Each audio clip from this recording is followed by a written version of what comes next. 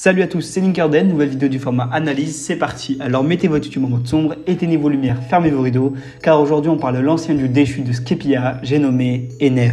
I'm feeling good.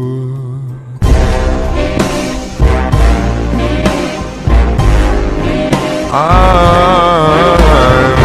feeling good.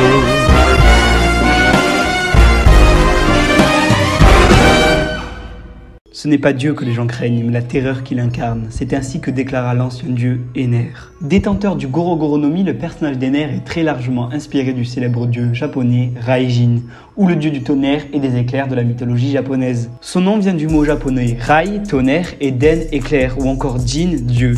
Il est souvent décrit comme un démon frappant des tambours pour créer le tonnerre. Ener, l'actuel possesseur du Goro-Goronomi, un fruit du démon de type Logia surpuissant, et des capacités hors normes lui auront valu une personnalité égocentrique, mais surtout une personnalité excessivement narcissique, se caractérisant par un besoin excessif d'être admiré par un manque d'empathie et un sentiment de supériorité suprême. Ce trait d'écriture est très largement démontré dans le chapitre 280, où Ener s'octroie la capacité, grâce à son haki et son pouvoir, de se téléporter en plein combat. Mais l'acte le plus flagrant de ce trait d'écriture est que Ener s'est joué de la mort. Dans le chapitre 280, Ener est frappé avec le Reject-Dial, présent dans le chapitre 296, qui est un druide de granit marin. Bien que le cœur d'Ener s'arrête temporairement après un coup direct, ce dernier sera capable, grâce à son pouvoir, de s'auto-infliger un massage cardiaque pour écourter son passage dans le domaine des morts, démontrant son incroyable durabilité. Cette personnalité marquée par une forte admiration de soi manifeste une arrogance hautaine et une capacité à s'aimer, mais aussi témoignant d'une incapacité à aimer autrui. En 1913, Ener Jones introduit le complexe de Dieu qui présente une première contribution à l'étude de la personnalité narcissique. Un complexe de Dieu est une croyance inébranlable caractérisée par des sentiments constamment exagérés de capacité, de privilège ou d'infaillibilité. Une personne avec un complexe divin peut refuser d'admettre la possibilité de son erreur ou alors de son échec, même face à des preuves irréfutables, des problèmes insolubles ou des tâches difficiles, voire impossibles. Ce trait du complexe de Dieu est très largement démocratisé dans la fin de l'arc Skypiea. Ener n'admet pas sa défaite mais préfère se préoccuper de son objectif initial. Ici, la lune. La personne sujette au complexe divin est également très dogmatique dans ses opinions, ce qui signifie qu'elle parle de ses opinions personnelles comme si elles étaient totalement correctes. Quelqu'un avec un complexe divin peut ne montrer aucun respect pour les conventions et les exigences de la société, et peut demander une considération spéciale ou alors des privilèges. Comme c'est le cas avec Ener, il ne faut pas oublier que ce trait d'écriture s'est très largement démocratisé dans les diverses écritures de personnages de manga connus, comme Eren dans son œuvre presque éponyme Shingeki no Kyojin. Cette étude philosophique nous permet ainsi de saisir pleinement l'acheminement d'écriture du personnage d'Ener. D'une personnalité hautaine et d'une humeur largement narquois, Ener se prend réellement pour une divinité qui se doit de dominer, bien que le titre de dieu ici ne reflète que le statut du chef de l'île. Ener a un sens grandiose de sa propre importance, surestimant ses réalisations et ses capacités, s'attendant à être reconnu comme un supérieur sans avoir réellement accompli quelque chose de concret. Il est absorbé par des fantaisies de succès illimités, de pouvoir, de splendeur, de beauté et de perfection. L'attribut se concrétise ici dans la construction de sa maxime.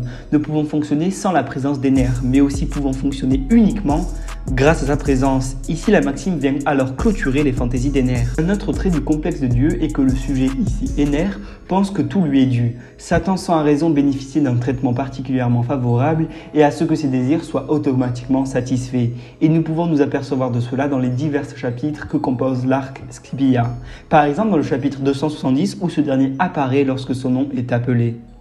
Mais aussi grâce à la combinaison de son mantra et de son fruit du démon lui permettant d'être capable d'entendre, de percevoir et d'attaquer les citoyens qui ont enfreint ses lois avec une précision extrême. Nous apprenons cela dans le chapitre 244. Dans le chapitre 278, nous apprenons que le fruit du démon d'Ener complète son mantra ou l'Aki, lui permettant de lire les ondes électromagnétiques pour écouter tous les citoyens du pays qu'il dirige, lui permettant ainsi facilement de porter jugement sur ceux qui enfreignent sa loi. Gardez à l'esprit qu'Ener fait cela depuis notre île, témoignant d'une omniprésence et d'une omniscience jusqu'ici jamais inégalée par n'importe quel antagoniste de One Piece. Un autre attribut témoignant qu'Ener souffre du complexe divin est qu'il exploite l'autre dans les relations interpersonnelles, utilisant autrui pour parvenir à ses propres fins via des mensonges, chantages, violences verbales ou autres, mais aussi possédant une personnalité narquoise témoignant que la situation ne l'effleure même pas, mais qui l'ennuie au contraire. Nous pouvons nous apercevoir de cela avec le dernier combat décisif de Skypiea, qui lui-même a désigné comme étant le jeu de la survie. ayant pour but de confronter tous les combattants et de sélectionner les plus forts qui pourront par la même occasion l'accompagner sur la Lune. Cette personnalité narquoise qui lui permet de jouer de la situation est très largement prouvée dans son pseudo-combat contre Kamakiri. Et Ner décida d'accorder 5 minutes à Kamakiri pour essayer de le tuer et que pendant ce laps de temps, il lui promit qu'il ne bougerait pas. L'acheminement d'écriture du personnage d'Ener est si enchevêtrement lié au complexe de Dieu que son objectif est né de ce que résulte sa psychologie.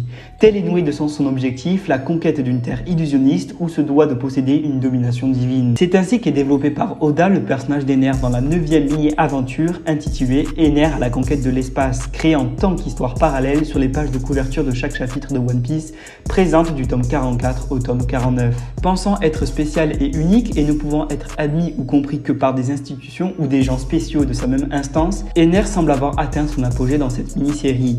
Après une série d'événements, les pouvoirs du Goro Goro no Mi d'Ener finissent par frapper non seulement tous les Spaciens, mais aussi leur ville, et le dieu autoproclamé découvre ses véritables racines. Merci à vous d'avoir suivi la vidéo jusqu'au bout, on s'approche des 1000 abonnés, c'est fou. Premier véritable palier de la chaîne en si peu de temps, merci à vous. Et n'hésitez pas à venir me suivre sur Insta pour pouvoir deviner à l'avance la sortie de mes prochaines vidéos. Je finirai sur un seul mot, épicé. It was the first time that I saw you. I'd never seen anything so perfect.